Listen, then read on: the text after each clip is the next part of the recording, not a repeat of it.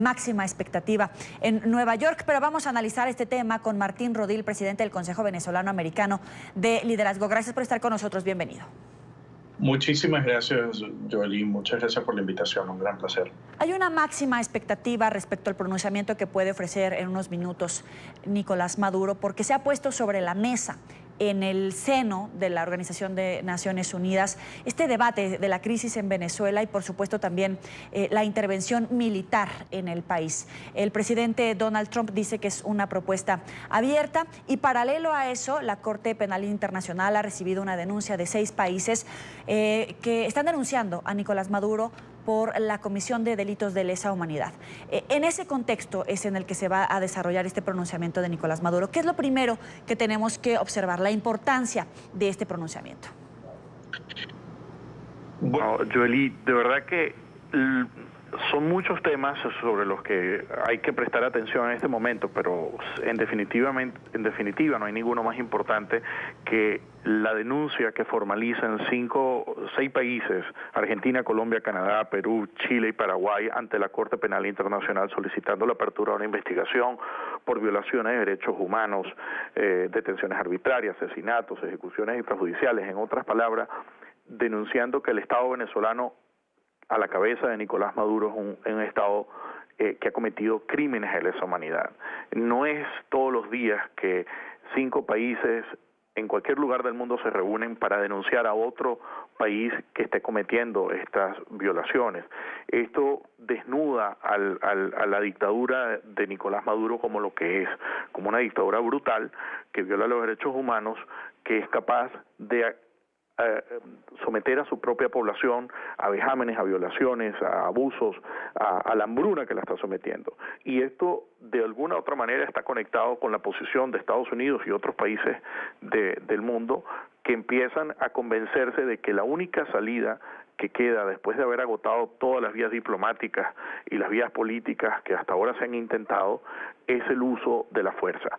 Y yo coincido completamente con la posición de la administración del presidente Trump de que eso no se puede descartar porque definitivamente es un gobierno criminal. Eso no es una organización política que conduce una nación, es una mafia que tiene control de un estado, de una población, 30 y tantos millones de habitantes secuestrados por esta mafia. Justamente quiero abundar un poco más sobre esto. Hoy se sumó Canadá y son 6 los países denunciantes. ¿Qué tan importante es que se sumen otros países en esta denuncia ante la Corte Penal Internacional? Mira, eso que tú acabas de señalar es importantísimo, o sea, que fueran países latinoamericanos, obviamente son los que están siendo incluso afectados por la inmigración de los venezolanos que están saliendo de su país en busca desesperada de algún tipo de alivio a sus necesidades. Pero en el caso de Canadá, que es un país que normalmente se ha mantenido con mucha neutralidad ante distintos conflictos a nivel mundial, pero que no... Y siendo el actual gobierno de Canadá un gobierno que no puede ser acusado precisamente de ser un gobierno de la derecha o lo que normalmente argumenta el gobierno venezolano para acusar a las personas que demuestran algún tipo de críticas hacia las acciones que ellos cometen, es muy importante porque le da mucho más peso, mucho más validez, mucho más fuerza a esta denuncia en el contexto sobre todo de hacerse en una semana donde se celebra la Asamblea General de Naciones Unidas, la número 73. Y yo te agregaría, Joely, una cosa adicional.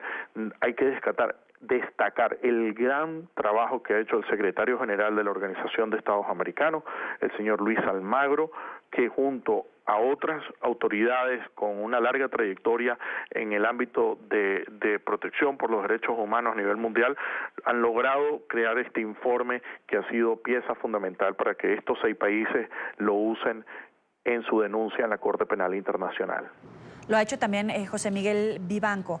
el director para las Américas de Human Rights Watch, adicionalmente de Luis Almagro, el secretario general de la OEA. Es decir, varios organismos internacionales se están sumando a esta lista de países que están pidiendo una investigación contra Nicolás Maduro. Pero hablemos de las consecuencias. Al acusarlo de delitos de lesa humanidad, ¿cuánto tiempo puede pasar para que se dicte sentencia, para que se acumulen pruebas? ¿Y cuál es en todo caso el peor escenario contra Nicolás Maduro? Obviamente esos son procesos muy largos, sí, burocráticos, sí, y que llevan mucho tiempo y muchos años en algunos casos, y lo vimos con los casos en la ex Yugoslavia. Tomaron años para poder procesar a las personas que cometieron los crímenes de lesa humanidad en ese país o en los territorios que componían ese país.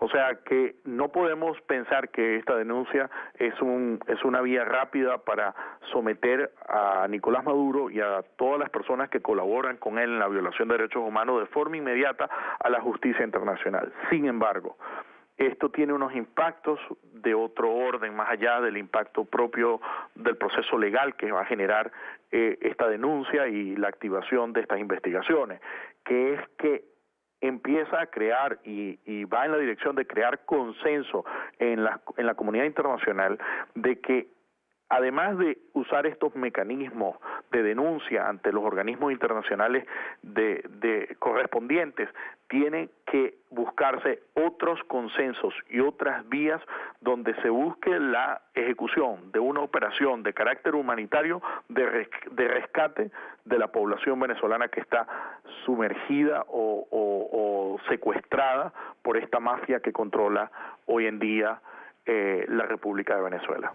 Ahora, para llegar a estas instancias, los gobiernos firmantes recorrieron un largo camino en la recopilación de los hechos, en la evaluación de los mismos, las pruebas imputables contra Nicolás Maduro por la comisión de delitos de lesa humanidad. ¿Cuál puede ser esa base legal irrefutable para proceder contra el mandatario? Yo creo que, bueno, hay, como le dije hace un minuto, o sea, existen procesos que son hasta engorrosos en algunos de los casos para poder acumular esas pruebas que justifiquen el accionar legal de este mecanismo y poder llevar a esta gente ante la justicia internacional.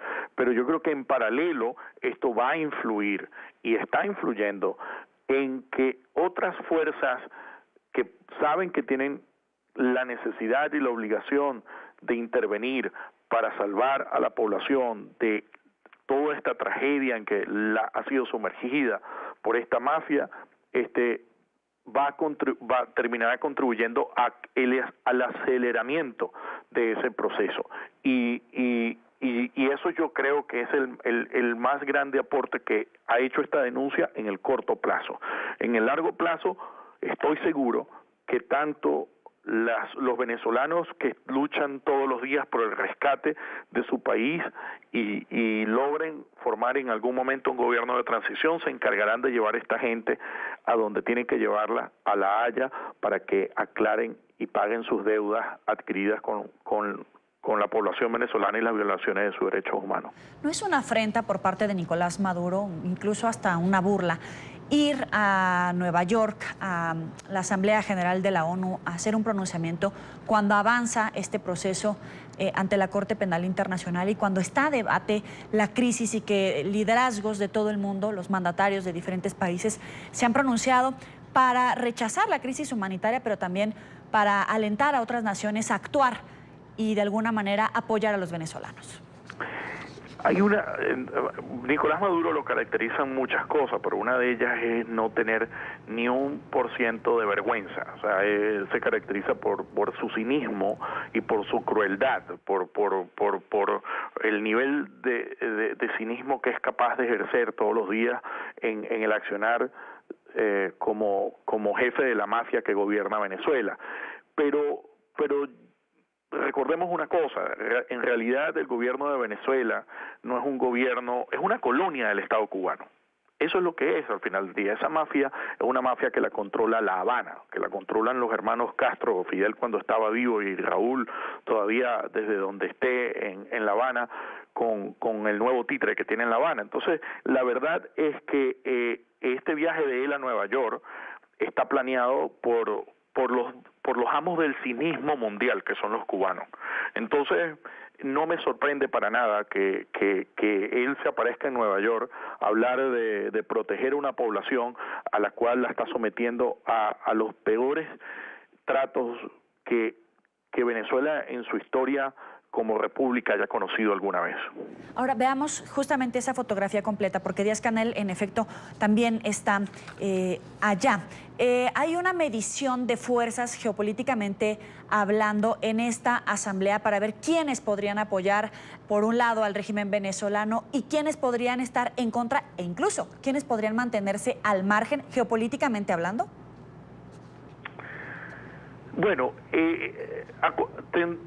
hay gente que con cierto sentido de sátira ha dicho que algunas veces Naciones Unidas parece más un club de dictadores que Naciones Libres, porque si vemos el caso de la Comisión de Derechos Humanos de Naciones Unidas en Ginebra, en Suiza, la componen los peores violadores de derechos humanos del mundo. O sea, Siria, Assad pertenece al Comité de Derechos Humanos, un dictador que ha masacrado no tengo idea qué porcentaje de la población, pero un porcentaje muy alto. Entonces, la verdad es que ellos en Naciones Unidas, Cuba, Venezuela, Nicaragua y estos países que tienen como práctica común la violación de derechos humanos, se sienten a sus anchas, se sienten en terreno cómodo. Sin embargo, yo creo que el liderazgo de presidentes de América Latina, como el presidente Macri, el presidente Duque de Colombia,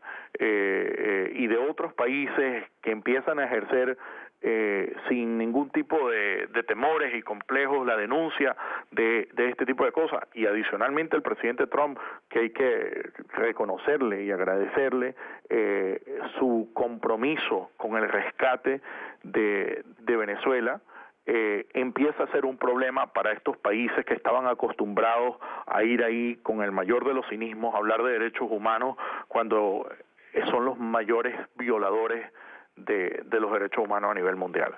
¿Cuáles son las claves a las que debemos de prestarles atención en este momento a las relaciones Colombia-Venezuela en medio de estos discursos, los posicionamientos que va a ofrecer por un lado el presidente Iván Duque y por el otro lado el presidente Nicolás Maduro, sobre todo por la frontera que los separa? Yo creo que hay que recordar que el presidente Nicolás Maduro no es solamente un problema y una tragedia para la población venezolana, pero empieza a convertirse, y lo ha sido desde hace tiempo, pero cada día lo es más, en un mayor problema de seguridad nacional para Colombia también. Porque él le ha abierto el territorio venezolano a que las actividades criminales de la FARC que ocurrían en Colombia, en el territorio que controlaba la FARC por muchos años, empiezan a suceder en Venezuela con absoluta protección por parte de la mafia que controla el Estado venezolano. Eso lamentablemente es un problema que terminará incidiendo en el proceso de paz colombiano y en el proceso de estabilidad de Colombia, porque alimenta las mafias criminales que existen aún todavía en Colombia conectadas con la FARC o el ELN. Entonces, yo creo que es importante y el presidente Duque lo ha venido sosteniendo, lo ha dicho, que Colombia no se va a quedar de brazos cruzados ante este problema. Y esto es parte de la discusión que el presidente Duque, estoy seguro, está sosteniendo con la administración del presidente Trump, porque Nicolás Maduro hoy en día es un problema de seguridad nacional para la región. No es solamente un problema y una desgracia para el pueblo venezolano, pero es un problema de seguridad nacional para la región, es un problema de seguridad nacional para Colombia, es un problema de seguridad para muchos países de Centroamérica que tienen que lidiar todos los días con el incremento del tráfico de droga desde Venezuela a países como Honduras, Guatemala y otros, y que terminan en las calles de Estados Unidos. Entonces, eso realmente yo creo que es los temas que hay que prestarle atención de los discursos que estarán dando y que han dado en Nueva York el presidente Duque y otros presidentes de la región y el presidente Trump. Con respecto a Nicolás Maduro, es un experto en mentir, es un experto en ser cínico como buen dictador, y probablemente va a ir a decir esta tarde cualquier cantidad de mentiras sin que realmente le importe mucho la audiencia.